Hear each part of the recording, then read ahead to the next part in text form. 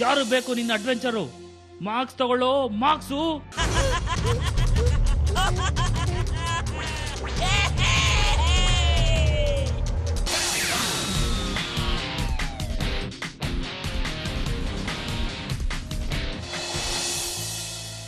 No friend, no.